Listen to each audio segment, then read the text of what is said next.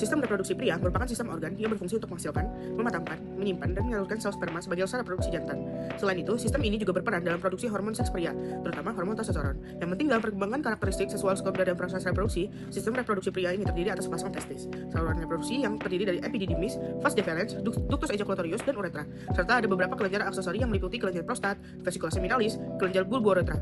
Organ tersebut bekerja atau terkoordinasi untuk menghasilkan semen yang mengandung sperma dan berbagai sekret penunjangnya.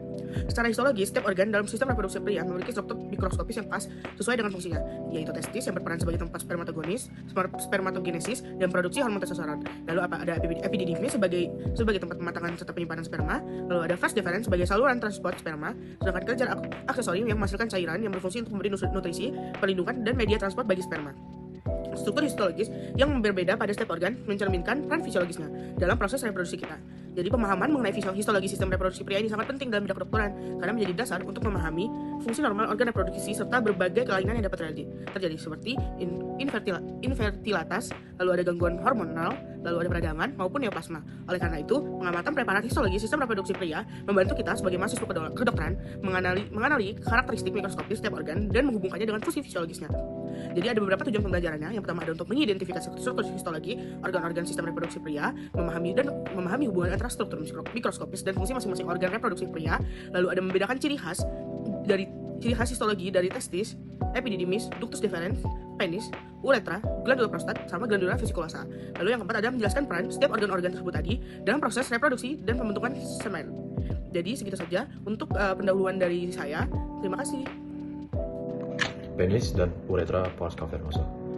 Terlihat korpus penis terdiri dari 3 bagian, yaitu 2 buah corpora cavernosa penis dan 1 buah corpus cavernosum uretra dengan di dalamnya terdapat uretra pars cavernosa. Bagian luar dilapisi oleh kulit tempat folikel rambut. Di bawahnya terdapat jaringan subkutis dengan otot polos dan glandula subdoifera. Tiap bagian corpus cavernosum penis dibungkus oleh jaringan pengikat padat yang disebut dengan tunica albuginea. Tunica albuginea melanjutkan ke dalam sebagai trabecula. Di antara kedua corpora cavernosa tunica albuginea bersatu membentuk septum pectiniforme penis. Kemudian untuk perbedaannya, yaitu perbedaan antara corpus cavernosum uretra dengan corpus cavernosum penis. Untuk corpus cavernosum penis, itu jaringan spongiosa yang dibentuk oleh sinus-sinus disebut caverne. Tidak sama besarnya, semakin ke perifer maka akan semakin sempit. Kemudian untuk corpus cavernosum uretra, di tengahnya terdapat uretra pars cavernosa. Cavernenya hampir tidak sama besarnya. Cavernenya hampir sama besarnya. Tunica albugineanya lebih tipis daripada corpus cavernosum penis. Dan di uretranya itu epitelnya dan uretra sendiri, epitelnya itu silindris berlapis atau epitel silindris bersingkat. Pada uretra bermuara glandula uretralis litere. Baik, selanjutnya saya akan menjelaskan tentang testis. Nah, untuk testis sendiri, ini adalah preparatnya dengan perbesaran 20 kali. Untuk testis sendiri, ini dia memiliki 2 lapisan di luarnya. Yang pertama, yang paling luar ada tunica albuginea, dan di bawahnya terdapat tunica vasculosa yang berisi banyak pembuluh darah. Nah, untuk testis sendiri, dia memiliki beberapa lobulus yang dipisahkan oleh septum fibrosa. Nah, untuk lobulusnya sendiri, dalam satu lobulus dia memiliki 1-4 tubulus seminiferus, kemudian terdapat pembuluh darah, serta pembuluh limfa dan saraf.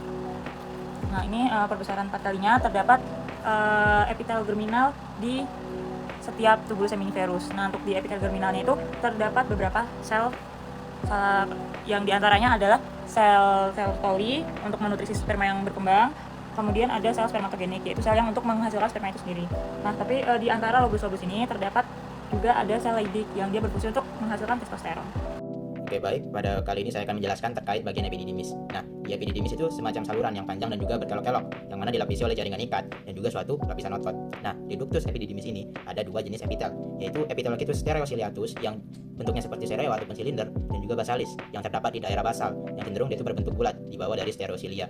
Selain dari kedua epitel tersebut, ada juga lapisan otot polos yang mengelilingi si tubulus epididymis ini, dan juga di bawahnya lagi ada juga yang jaringan ikat. Untuk iden preparatnya sendiri bisa dilihat di gambar bahwa di bagian tengahnya sendiri biasanya dia terdapat kumpulan-kumpulan sperma yang ada. Kemudian jika kita lihat lebih teliti lagi ada semacam rambut. Nah, yang rambut ini dinamakan stereocilia. Kemudian jika kita lihat di bawahnya lagi, kita menemukan epitel yang kita sebut tadi, yaitu Epithelocystus stereociliatus yang berbentuk memanjang. Dan untuk yang di bawahnya lagi ada Epithelocystus basalis yang bentuknya lebih cenderung membulat. Nah, kemudian setelah itu di lapisan bawahnya lagi baru kita akan temukan lapisan-lapisan otot. Dan di bawahnya baru kita akan temukan jaringan-jaringan ikat yang menopang ductus epididymis ini. Nah, ini untuk preparat lebih jelasnya terkait kedua epitel tadi. Selanjutnya, saya akan menjelaskan mengenai ductus deferens atau vas deferens. Ductus deferens merupakan bagian dari sistem reproduksi pria yang berfungsi sebagai saluran penghubung antara epididymis dan uretra. Saluran ini berperan dalam mengangkut sperma menuju ductus ejaculatorius saat proses ejakulasi.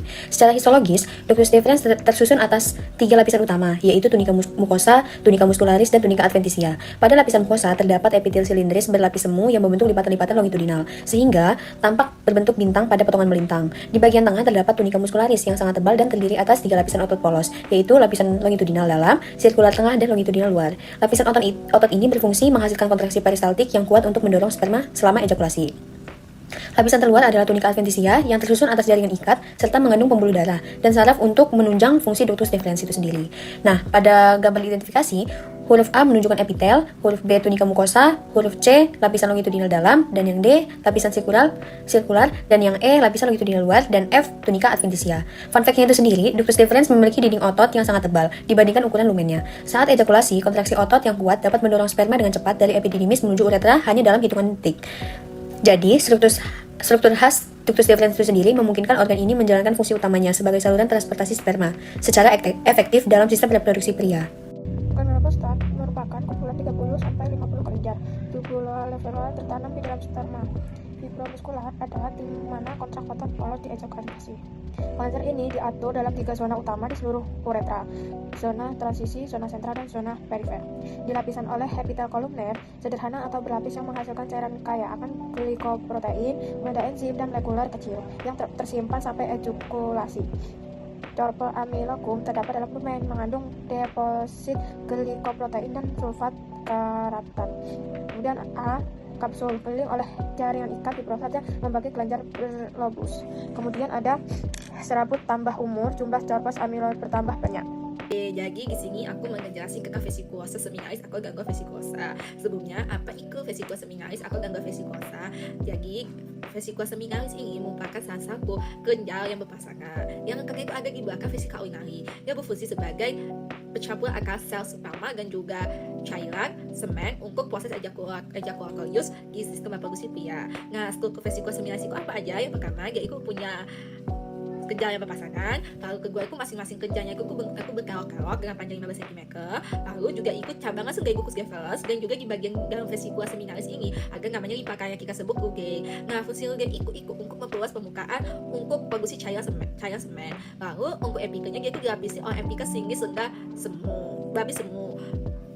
Nah, fungsi vesikula seminaris itu apa? Yang pertama, itu akan menghasilkan sekat yang berwarna kekuningan dan kekal, dan itu kayak akar fukosa. Nah, fungsi fukosa itu apa? Jadi itu menjadi sumber energi utama bagi sperma dan juga membantu sperma itu bergerak lebih cepat ke arah sel ovarium di sistem reproduksi wanita.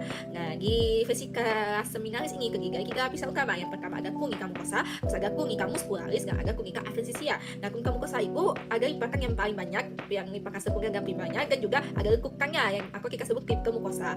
Nah, kalau misalnya di tunika muscularis itu isinya cuma okok-okok saja, dan di tunika adventitia itu isinya itu cuma jaringan ikat keluar gitu. Nah, jadi di vesikula seminaris itu mempunyai saluran-saluran kecil yang nanti dia akan bergabung menjadi ke gugus Gevels dan membentuk suatu saluran yang kita sebut gugus ejaculatorius. Nah, gugus ejaculatorius itu fungsinya untuk nyalin semen yang nanti akan dikeluarkan melalui uretra. Jadi kesimpulannya, sistem reproduksi pria terdiri dari beberapa organ yang saling bekerja sama dalam pembentukan, pematangan, penyimpanan, dan penyaluran sperma. Setiap organ memiliki fungsi penting untuk mendukung proses reproduksi pria. Jadi, demikian presentasi dan video dari kami mengenai sistem reproduksi pria.